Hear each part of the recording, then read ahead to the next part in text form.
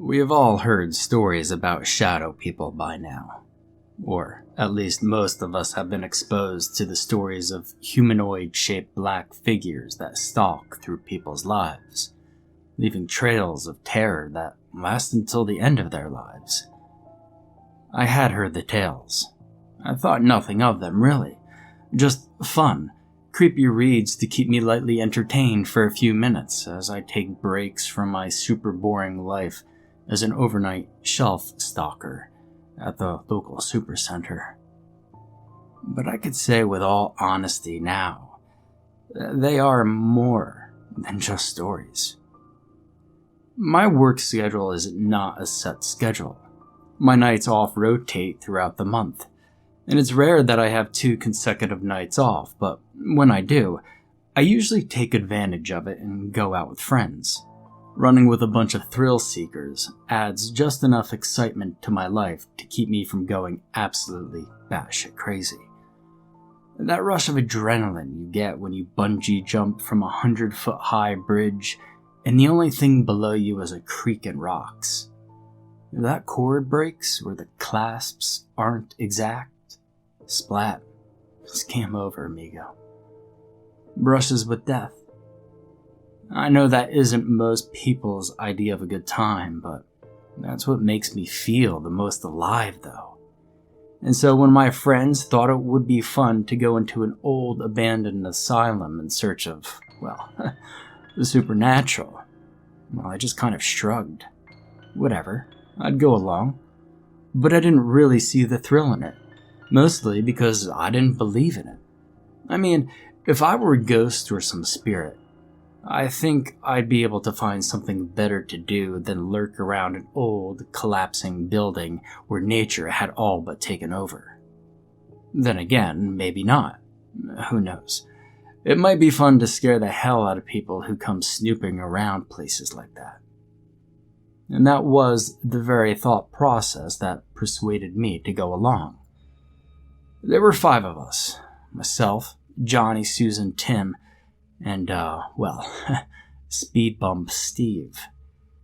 He was the worst balls-to-the-wall adrenaline junkie of the group. He took a dare to race against time down a winding 2-lane road at midnight one time. He drove without headlights and hit a speed bump as he came shooting through the parking lot after finishing the drive.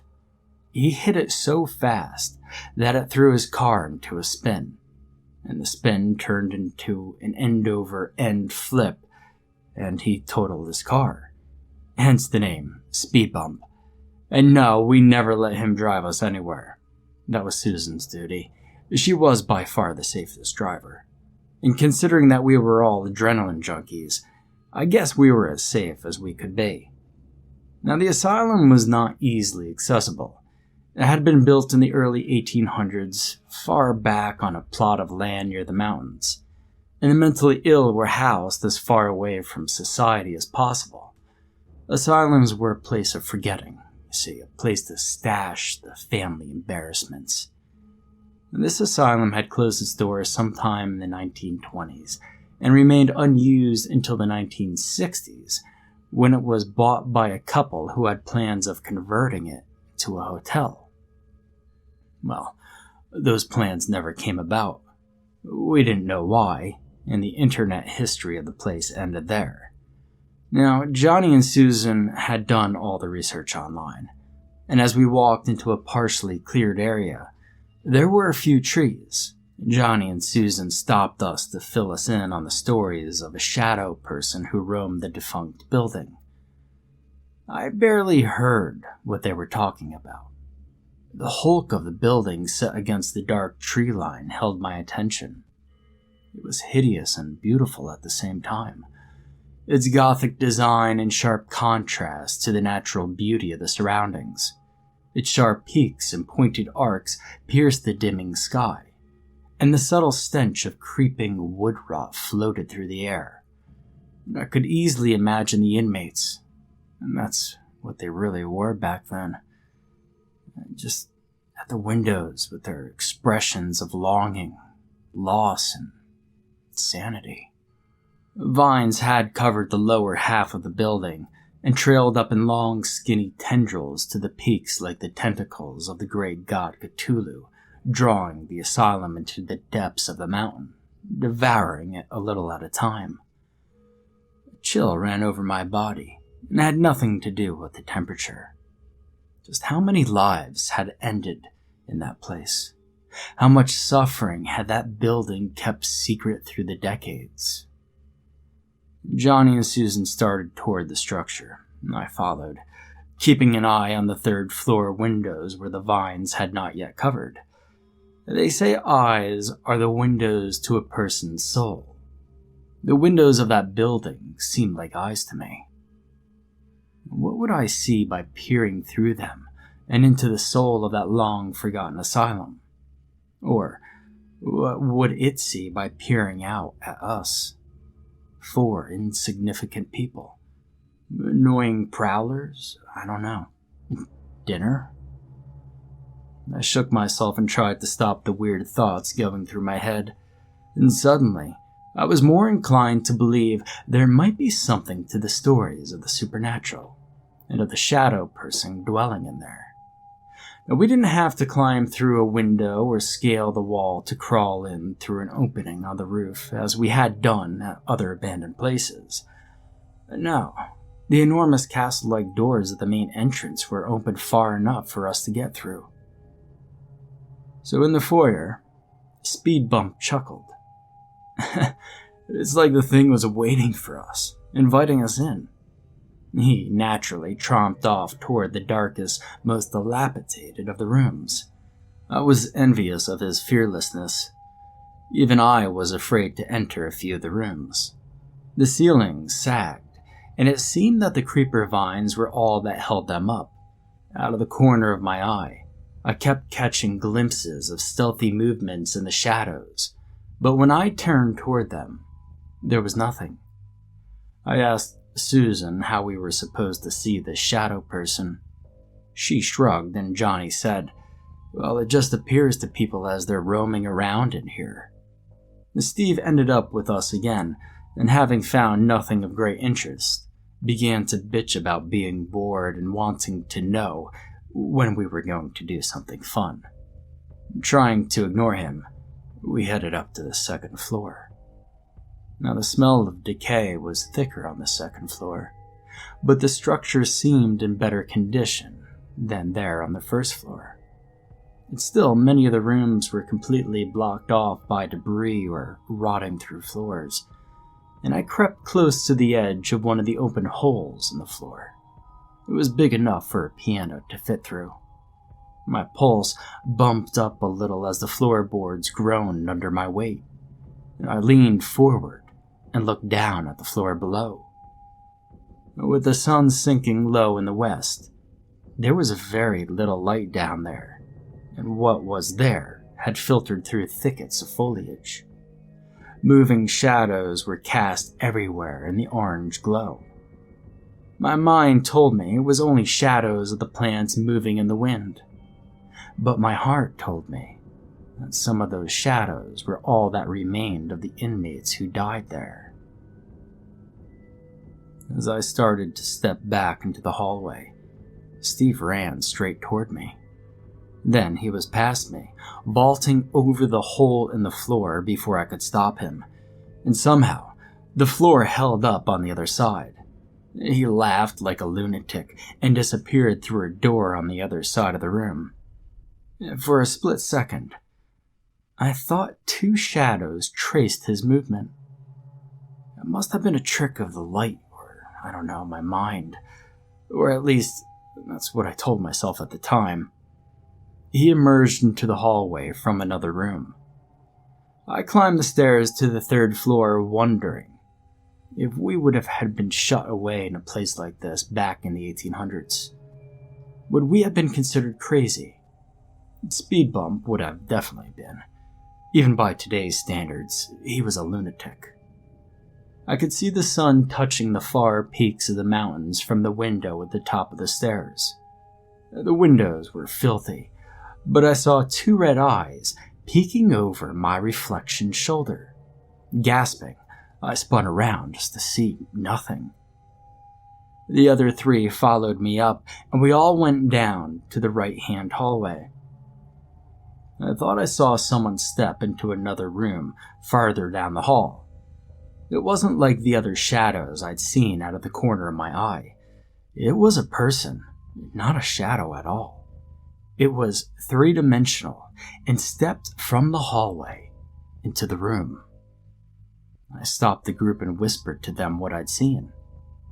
We turned and headed back toward the stairs, and as the sun's dying rays hit us, I saw 5 shadows on the wall instead of 4. I stopped, and so did 2 of the shadows. And no matter how I moved, it remained close to my shadow, sometimes intertwining with it to stay out of the sunlight. The others saw what I was doing and at first laughed, and then, as they began to realize I wasn't casting 2 shadows by some trick of the light, their faces turned to masks of shock. Susan grabbed Johnny's arm and pulled him toward the stairs. The extra shadow slithered along the wall and then pulled away from it. No longer a flat shadow, it walked, fully formed, to the center of the wide landing, blocking Susan and Johnny's escape. It held out one thin arm and shook its finger back and forth in a no gesture. We backed slowly toward the other hallway, never looking away from the shadow person. And when it darted towards us, I noted that it avoided the wide strip of dim light on the floor. We flew down the hallway and into a room, and Susan whispered, "Whatever you do, don't let it touch you. Remember the stories." Johnny and Steve nodded, but I was lost. I hadn't paid attention to the stories. Agitated at me, she filled me in. Shadow makes people disappear. It even threw a kid off the stairs and killed him. What does it do with them? It disappears them to where? She shushed me. No one knows, dumbass. That's why it's called disappearing. I don't want to try to find out, do you? Spoodbump gave a war whoop and yelled, "I'll do it. Like a great adventure." He held his hands over his head and pumped his arms. I told him to shut up. It wasn't Peter Pan, and this wasn't the last great adventure. We could all be in serious trouble. Frowning, he put his hands down. The sound of hissing echoed through the room, and I stumbled backward over an old rusted chair while trying to get my flashlight out of my backpack. The shadow slipped around the frame of the door and up the wall on all 4s, keeping its head towards us as it crept onto the ceiling. Red eyes appeared in its face, as if it had just opened them. We ran for the door and toward the stairs again, but there it was, racing alongside us as the 5th shadow on the wall again. I held my backpack in my hands, fishing for the flashlight, and I yelled at the others to get theirs. Steve didn't have one, he said, and Susan and Johnny weren't slowing down to even try to get theirs out. Turning the corner, we all tried to stay away from the wall and that shadow. Johnny stumbled and fell towards the thing. He screamed as his arm disappeared into the blackness. He rolled his terrified eyes towards us, opening his mouth to scream.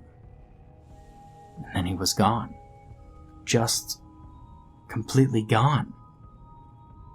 And the shadow was still there, only it looked bigger.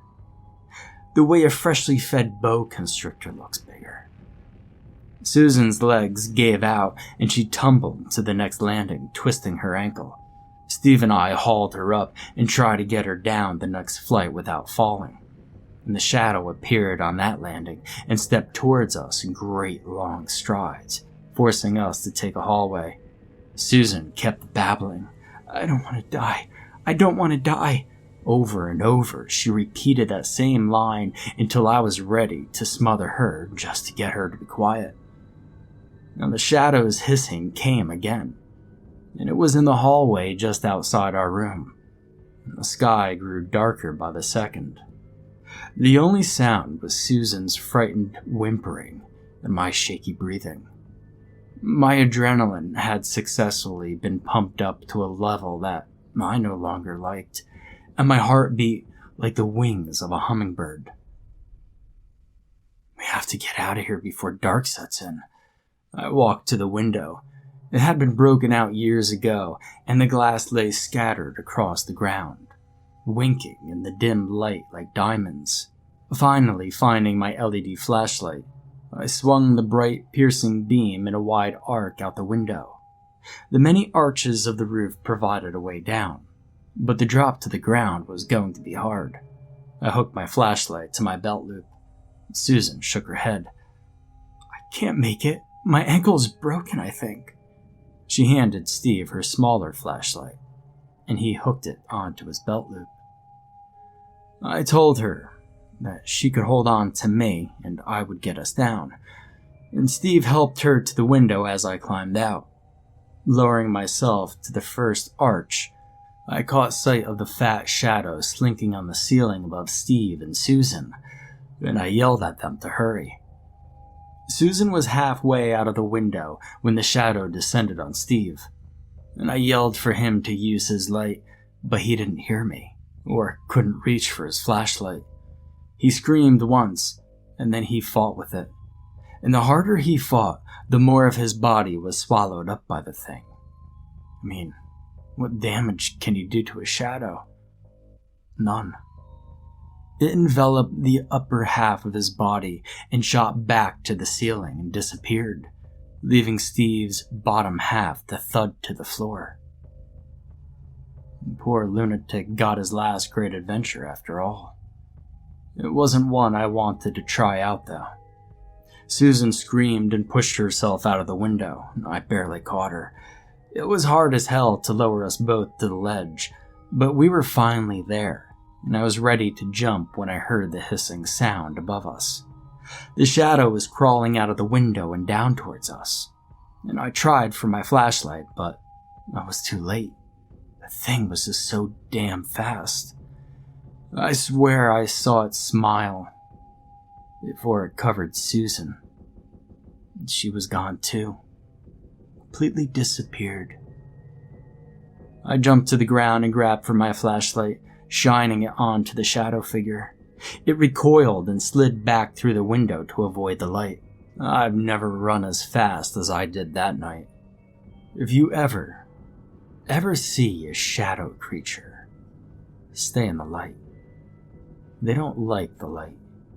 And just to be on the safe side, avoid places where there have been stories about shadow people sightings. It may not just be a story to entertain. It might be real.